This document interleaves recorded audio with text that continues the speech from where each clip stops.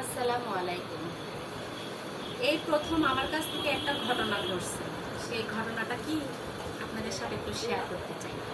সেই ঘটনাটা হচ্ছে, আপনাদের ভাইয়া সকালে বাসায় গায়ের দুধ পাঠাই দিছে 3 কেজি। তা আমি একটা যেই বাটিটাতে আমি জাল করবো আর কি, সেই বাটিটা আমি ভালো করে পরিষ্কার করে ধুয়ে নিছি।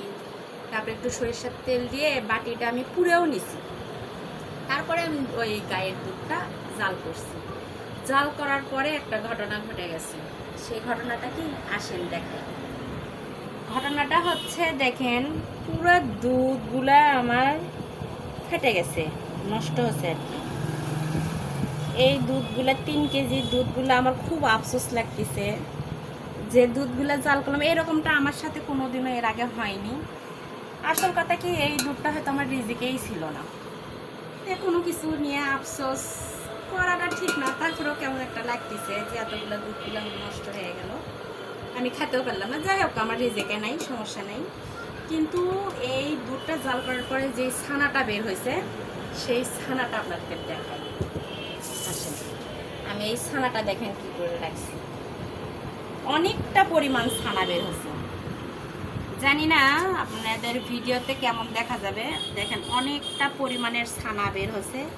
তাই আমি এখন বলতেছি এই ছানাগুলো কি করা যায়। তখন আমার ছেলে বলতেছে যে এই ছানাগুলো কি করবা, তোমার মাথায় কি বুদ্ধি নাই? এই ছানাগুলো মিষ্টি বানাবো আমরা। হ্যাঁ, এটা তো ভালো বুদ্ধি, আমার মাথায় আসেনি। অনেকটা পরিমাণ ছানা বের হয়েছে, মিষ্টি তো বানানি চাই। তে এই মিষ্টিটা আমি বানাবো, আর এটা বানাইতে অনেকটা সময় লাগবে, তাহলে আমার ভিডিওটা লং হয়ে যাবে। তাই আমি এত বড় ভিডিও না করি। এই মিষ্টিটা বানানোর পরে বানানোর পরের লুকটা কেমন আসে সেটা আপনাদের সাথে আমি শেয়ার করব। এখন এই ছানাটা আমি মিষ্টি বানানোর কাজে লাগাবো। ঠিক আছে, ধন্যবাদ। মিষ্টিটা একদম পরিপূর্ণ বানানো হয়ে গেলে আমি আপনাদেরকে দেখাবো। আর মিষ্টি খাবার দাওয়াত অবশ্যই সবার থাকলো, সবাই চলে আসবে।